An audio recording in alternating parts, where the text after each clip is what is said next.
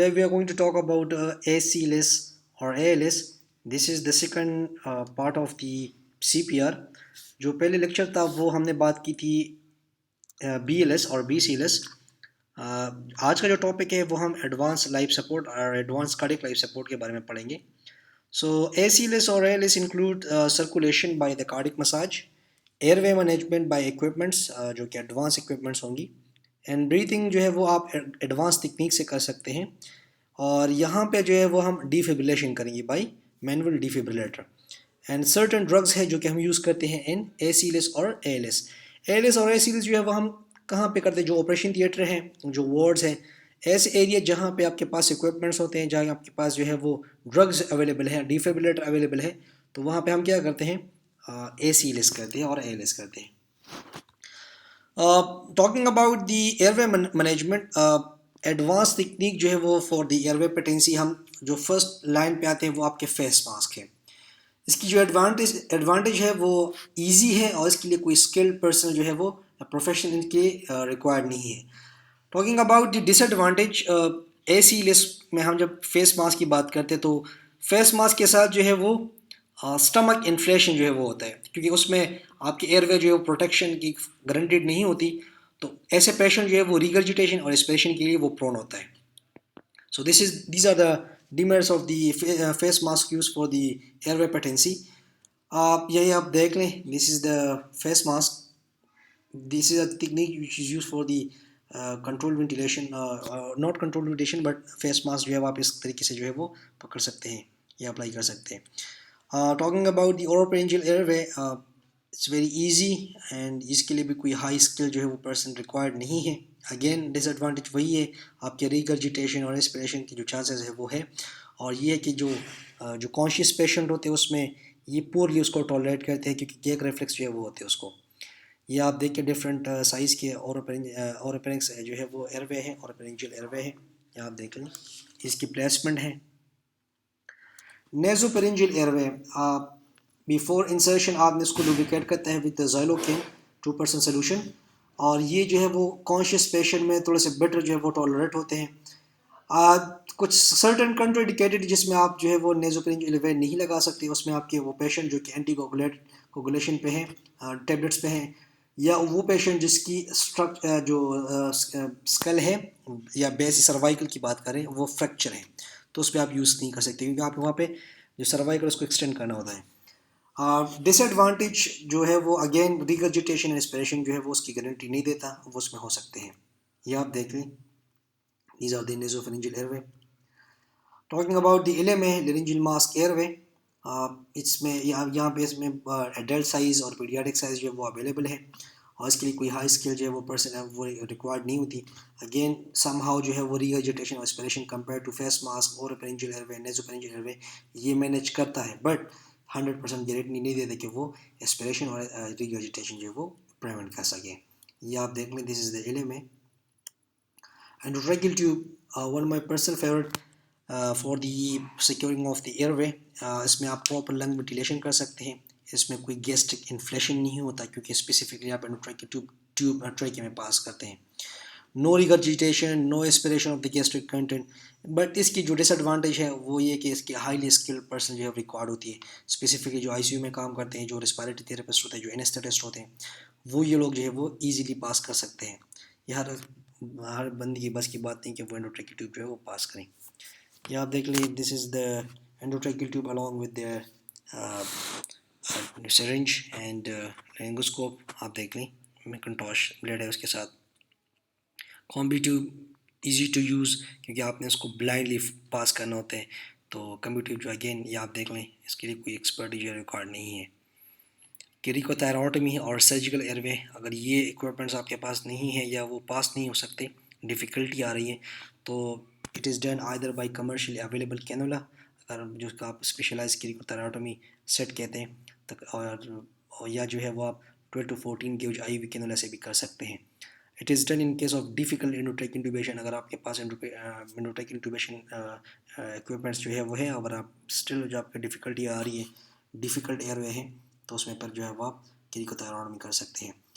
Trike cannula एक available होता है उसके लिए, और आप उसको जो है वो एम्बोबैग के साथ अटैच करते हैं और ये जेट वेंटिलेशन बन जाता है पर एंड आई वी के अंदर need special connection to the high pressure और क्योंकि जो हम कन्वेंशनल यूज़ करते हैं आई वी के अंदर 14 गेज स्पेसिफिकली, तो उसके साथ जो है वो जो एंडोट्रैक के ट्यूब के जो कनेक्टर है वो निकाल के इसके साथ अटैच करते हैं, फिर उसके साथ जो ट्यूब्स होते हैं वो ब्रीथिंग ट्यूब्स वो अटैच करते हैं, तो वो ट्रांसट्रैकियल जेट वेंटिलेशन बन जाता है। ये आप देख लें, ये क्रिकोथैरोटमी है जो यूज़ किया हुआ इन्होंने 14 और 12 के उसके अंदर। Tracheostomy, this is emergency surgical airway, यहाँ पे आपने प्रॉपर जो है वो कट लगाना होता है, एक थायराइड जो है वो इस्तेमाल आपने एक्सपोज करना होता है और ट्रैक के जो ट्यूब है वो आपने प्लेस करना होता है। अब breathing, talking about the breathing, दो किस्म के, एक बल्कि तीन किस्म के मैनूवर है। एक है self inflating resuscitation bag, Ambu bag, उसके थ्रू भी आप कर सकते हैं। उसमें जो है वो when used without a source of oxygen, room air पे आप कर सकते हैं, तो उसके वो पेशेंट को 21% ऑक्सीजन जो है वो सप्लाई करेगा। When connected to a source of तकरीबन 10 to 15 लीटर पर मिनट, तो वो 45% जो है वो ऑक्सीजन प्रोवाइड करेगा पेशेंट को।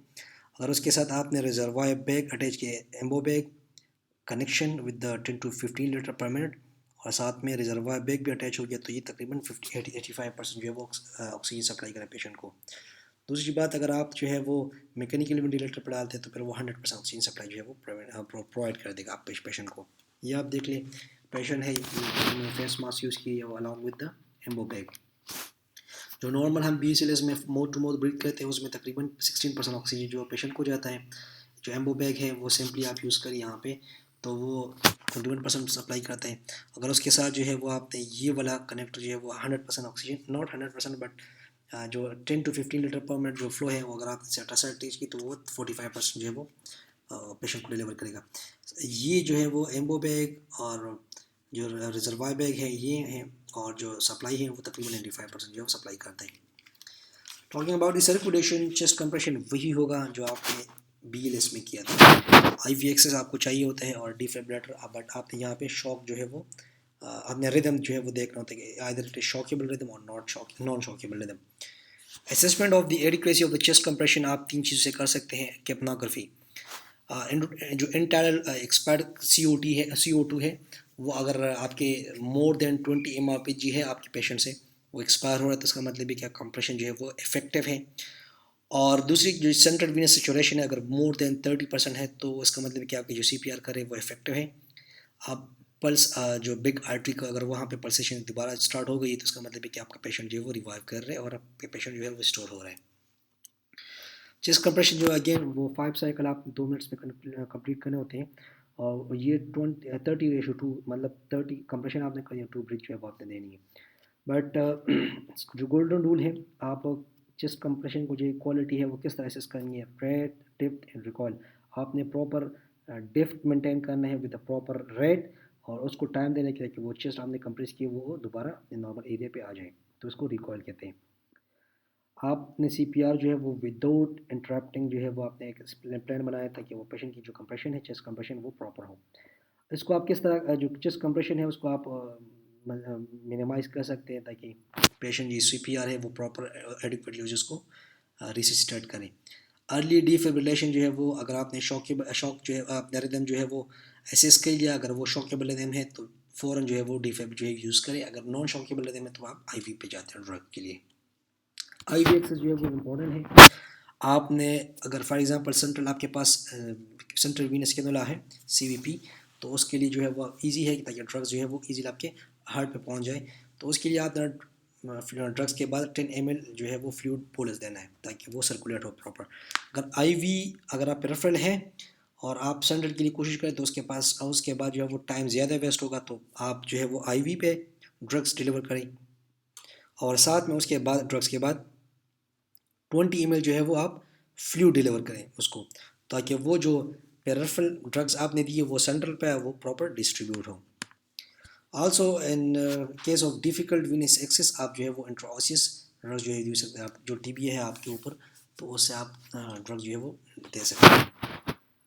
ALS आपने अगर CPR कंटिन्यू करना है और आपने मॉनिटर करें कि रिदम जो है वो शॉकेबल रिदम हो, तो आप उसने 1 शॉक देने तकरीबन, अगर आप बाईफेजिक डिफिब्रिलेटर यूज़ कर रहे हैं तो 150 टू 360 जूल जो है वो आपने देना है। अगर आप मोनोपेजिक यूज़ करते हैं तो आपने 360 देना है। इमीडिएटली आपने दोबारा जो है वो CPR रिज्यूम करें अगेन विद द 30:2 2 मिनट के लिए। नॉन शॉकेबल रिदम है जो कि पल्सलेस इलेक्ट्रिक एक्टिविटी है या एसिस्टोल है जो कि नॉन शॉकेबल है तो आपने इमीडिएटली CPR जो कंटिन्यू करें 2 मिनट के लिए। अगर शॉकेबल रिदम है लाइक वेंट्रिकुलर फिब्रिलेशन या वेंट्रिकुलर टैकिकार्डिया तो आप ये कर सकते हैं।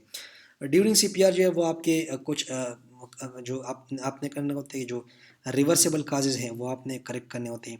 आपने इलेक्ट्रोड की पोजीशन देखनी होती है, आपने IV जो है वो कंफर्म करना है, आपने एयरवे असिस्ट करना होता है। दूसरी बात है कि आपने जो इंटरप्रिटेशन है वो प्रॉपर करनी चेस्ट की, सही कंप्रेशन की, एयरवे सिक्योर है आपका नहीं। एड्रेलिन आपने जो है वो हर 3 या 5 मिनट के बाद देना है along with the amiodarone, atropine and magnesium. ये कुछ रिदम है आप देख लें। This is ventricular tachycardia, again this is shockable rhythm, इसमें आप टीफेब यूज़ करेंगे। इसमें ब्रॉड बेजार शेप जो है वो कॉम्प्लेक्सेस बनेंगे और इसका रेट जो है वो तकरीबन 120 to 50 पर मिनट होगा। दिस इज़ वेंट्रिकुलर फिब्रिलेशन, ये शॉकेबल रिदम है, ये आप देख लें। ये बेजार इर्रेगुलर वेव फॉर्म होगा, इसमें आपके वेव कॉम्प्लेक्स जो है वो आप नहीं पहचान सकते। एक्सक्लूड कीजिएगा कि जो आर्टिफैक्ट्स हैं जो कि पेशेंट मूव कर रहा है, शिवरिंग है उसको या पेन में है या इलेक्ट्रिकल इंटरफेरेंस उसके साथ हो रही है तो उसको एक्सक्लूड कीजिएगा। अब talking about the asystole non shockable rhythm, this is ये आप चेक कर ले कि आपके लीड जो है वो डी अटैच तो नहीं है। ये एसिस्टोल बिल्कुल स्ट्रेट लाइन होगा ऑलमोस्ट। तो अगर नहीं है तो आपने जो है एड्रेनलिन 1 mg IV देना है स्ट्रेट और 4 मिनट के बाद दोबारा रिपीट करना है और उसके बाद जो है वो आपने शॉक जो रिदम है उसको एसेस करना है कि अगर वो शॉकेबल में कन्वर्ट हो चुका है कि नहीं। This is again PEA pulseless electrical activity, again this is non shockable rhythm और ये आपने एक्सक्लूड करना है। जो आपने ट्रीट करना है जो रिवर्सिबल काजेज़ हैं, अगेन वही हैं जो आपने IV mg जो है एड्रेनलिन आपने देनी है और हर 4 मिनट के बाद और अनटिल एंडलेस जो आपने शॉकेबल रिदम जो है वो अचीव ना की हो।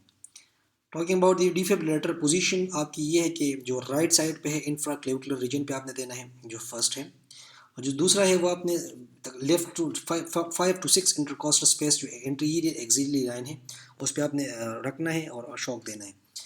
उसकी जो बाइफेजिक्स है वो VT/VF में आपने 120 से लेकर 200 जूल तक आपने देना है। मोनोफेजिक में आप 200 से लेकर 360 जो है वो जूल दे सकते हैं। प्रिकॉशंस ये है कि ड्यूरिंग यूजिंग द डिफिब्रिलेटर आपने उस पेडल पे जो है वो जेल लगाना होता है। क्यों करते हैं हम इस तरह?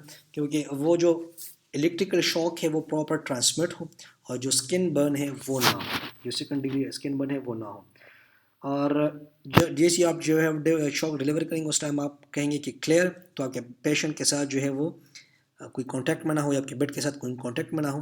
अगर है इस सूरत में तो आपके पेशेंट भी जो पेशेंट के साथ साथ जो दूसरे बंदे पेशेंट के साथ कांटेक्ट में थे वो भी VT and VF में चल सकते हैं। आपने तकरीबन 11 kg प्रेशर या 25 पाउंड प्रेशर जो है वो जो पेडल्स है उस पर लगानी है और फिर प्रेस करना है उसको। चेस्ट कंप्रेशन दोबारा उसने 2 मिनट के लिए कंटिन्यू करना है अनटिल जो है जो नॉर्मल पे वो ना आ जाए। कॉम्प्लिकेशन जो है वो आ सकती है डिफिब्रिलेशन ड्यूरिंग, स्किन बर्न हो सकते हैं, आपके इंजरी टू मायोकार्डियम हो सकता है, आपके कार्डियक एंजाइम एलिवेट हो सकते हैं, या जो इलेक्ट्रोक्यूशंस ऑफ द पेशेंट जो कि पेट के साथ कांटेक्ट में है या आपके पेशेंट के साथ कांटेक्ट है ड्यूरिंग डिफिब्रिलेशन तो उसको ये हो सकता है VT and VF। Talking about the drugs and the CPR, this is again the last lecture जो हम के CPR में पढ़ेंगे और इंशाल्लाह ये थर्ड लेक्चर होगा आपका CPR में, drugs using the CPR. If you have any question you can ask me in the comment, you can email me and thank you so much.